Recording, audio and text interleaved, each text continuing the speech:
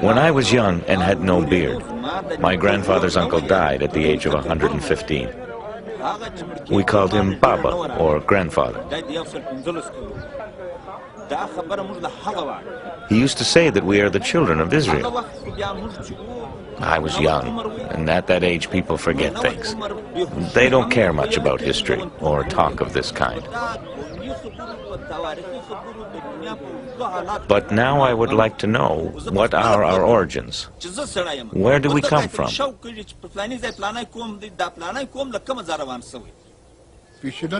Our grandfathers always told us that we are from the Bani Israel, the children of Israel. They said the Jews are as Pathan as we are. We know that the title of their king was Mir HaGola, which in Hebrew means light of the exile. And we know the name of the king, their most famous king, was Torah Mana, which in Hebrew or Hindi means, or seems to mean, belief in the Torah, faith in the Torah, faith in the books of Moses. So unless these were all coincidental, we could speculate that the Zavula of India and Pakistan were really the lost tribe of Zebulun. It says in these texts that they were exiled to 5 places. First, the mountains of the Medes. This is in the direction of Kurdistan and the Caucasus. Second, the river Gozan. Third, Hala. Fourth, Hara. And last, Havor. Where are these places? One of the passes between Afghanistan and Pakistan is known to the world as the Khyber Pass.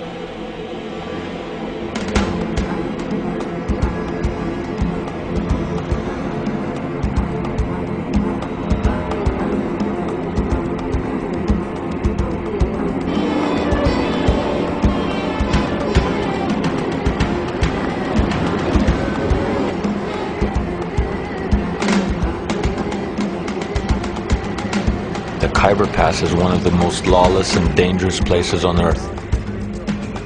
It is the heart of Pakistan's northwest frontier, the Wild West of the East. The first thing one notices is that the Pakistani government has no real authority here.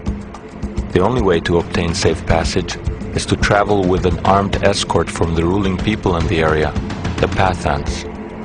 They have guarded the Khyber Pass for more than 2,000 years, driving away Genghis Khan, the British Army, and most recently, the Soviets. In Hebrew, it's known as the Havor Pass, the same name as in the Bible. And next to the Khyber Pass, there's a city called Peshawar in Pakistan. Peshawar means the same thing, the Havor Pass. So we thought, could the Khyber be Havor in the Bible? If it is, there should be here a river called Gozan. And right there, flowing into the Kabul River, is the river Ghazni.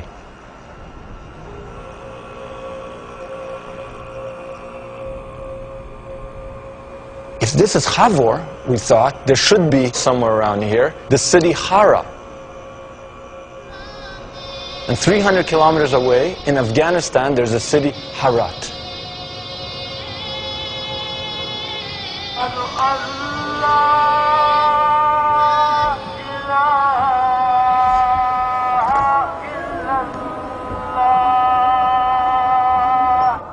The whole world knows this area as a hotbed of Islamic fundamentalism. There are 15 million Pathans and not a single Jew among them. But we set out to investigate whether under the Islamic surface lies an Israelite past.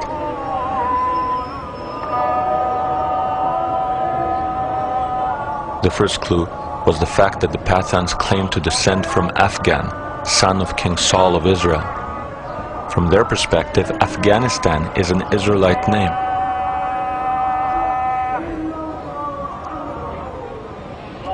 At worship, they seem like any other Muslims. When studying the Quran, however, they rock their bodies in the manner of Jews.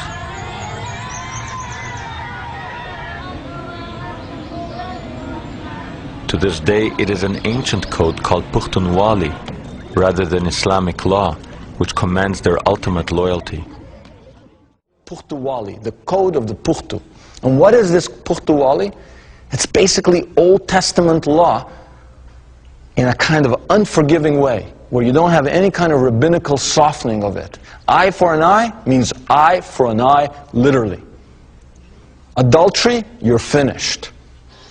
If there is a conflict between your own Pakhtoonwali law and Islam, which do the Pathans choose?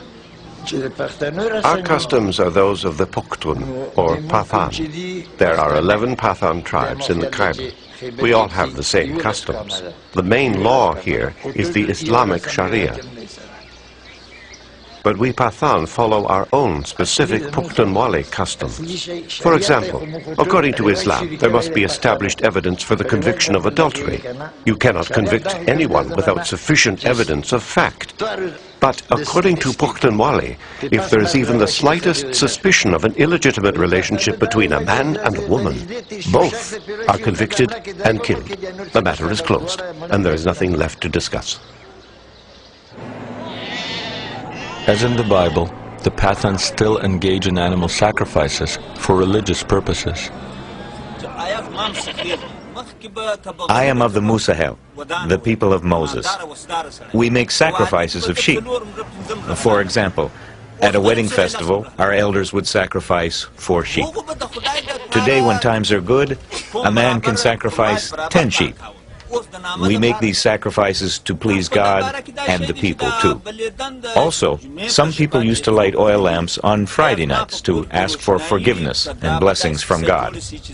Such are our traditions. We are in a country that is supposedly dominated by Muslims, but not Muslims, just any Muslims, Muslim fundamentalism. And yet we come face to face with people that say we are Musahel. We are from the people of Moses.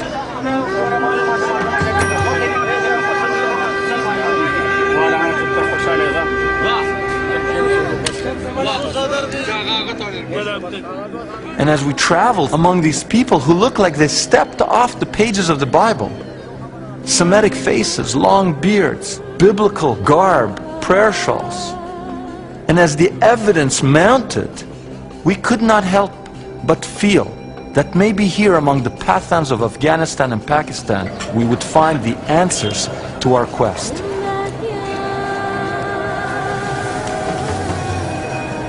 We were astounded to learn that the Pathans adhere to biblical laws that were thought to have disappeared thousands of years ago. As in the Bible, those accused of manslaughter can escape to designated cities of refuge. It is mentioned in our old books that if you kill someone unintentionally, then you can flee to a designated place of refuge.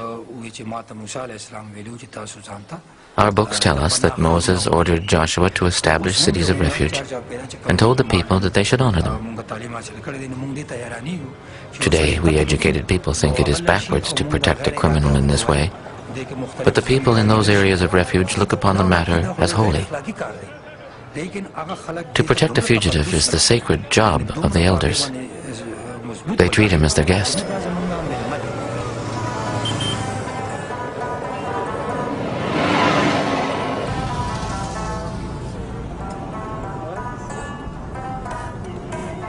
It seems the Pathans are trapped in time, tenaciously adhering to their ancient ways. They've literally created a wall between themselves and the outside world. They live in these extended family compounds, their women hidden inside.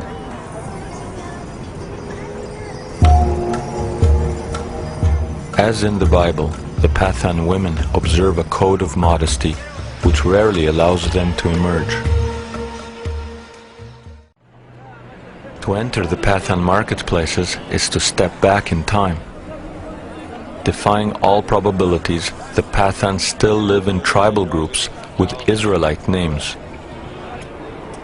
Rabbani is similar to the tribe of Reuven, Levani, the tribe of Levi, and Shinwari, the tribe of Shimon. One Pathan tribe known as Gadun is very small in numbers, not unlike the lost tribe of Gad. Interestingly, the most numerous tribe among the Pathans is Afridi, and the most numerous tribe in ancient Israel was Ephraim.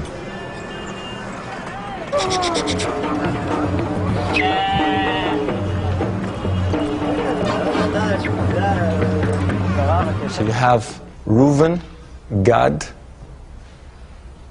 Ephraim, Shimon. 4 more tribes. So we'd actually located 9 of the tribes. Or let me put it differently. We think we located 9 of the tribes. If we haven't located 9 of the tribes, then it's a very strange coincidence going on, that you have all these people with biblical names, with biblical practices, with an Israelite memory, exactly where they should be according to the biblical map. If someone can come up with another explanation, I'm open to it. But I couldn't understand it.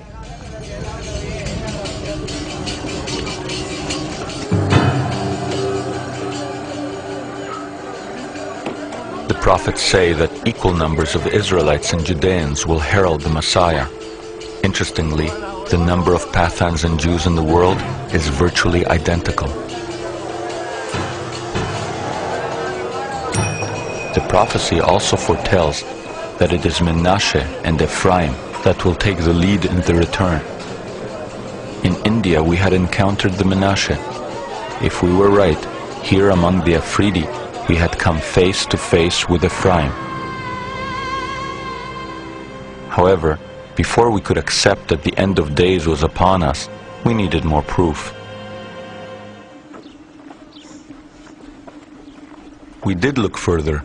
We were tipped off that across the border in Pakistan, there was another stone rarely mentioned by Western scholars. Look at that. There it is, right over there. What is it? What is it? Here, the stone was accessible. To our surprise, we discovered that it too was not written in Sanskrit, but in the Aramaic alphabet. I see all the letters, the Aleph, the Ain, and I'm standing in front of this 2,300-year-old postcard from the Lost Tribes. And when we pack up our gear and we go, and I'm like in shock, because I didn't expect to find it. I was thinking it's in Gandhar. I didn't know there was another one here. And there's 2 more in places we didn't go. And one has on it the Hebrew month of Elul. So then this guide comes up to me and they told me, don't say you're Jewish, don't say anything, because people here are very Muslim, they may not take kindly to you. So he says, why were you able to read that? And I feel, I don't want to lie to this guy. And I said, because I'm a Jew. And this person, who's supposed to be my enemy, leans over with tears in his eyes, embraces me, and says, then you are my brother. So maybe it was happening. Maybe the end of time was unfolding. I was standing there and I got goosebumps. I said, wait a minute, is this it? Am I making a film, or am I turning into the reporter from Armageddon?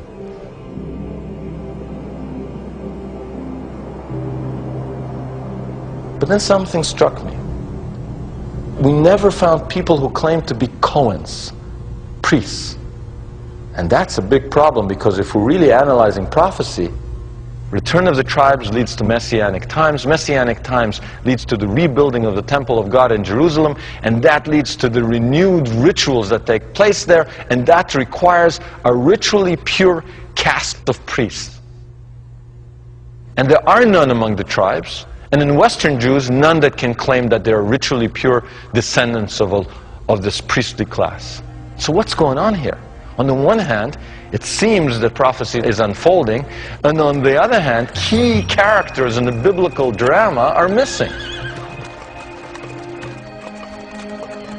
Perhaps we had stumbled on some kind of eternal punishment. Preserved in their tribal units on the edges of deserts, the lost Israelites were waiting for a redemption that would never come. Or perhaps everything we thought we had found was a passing mirage.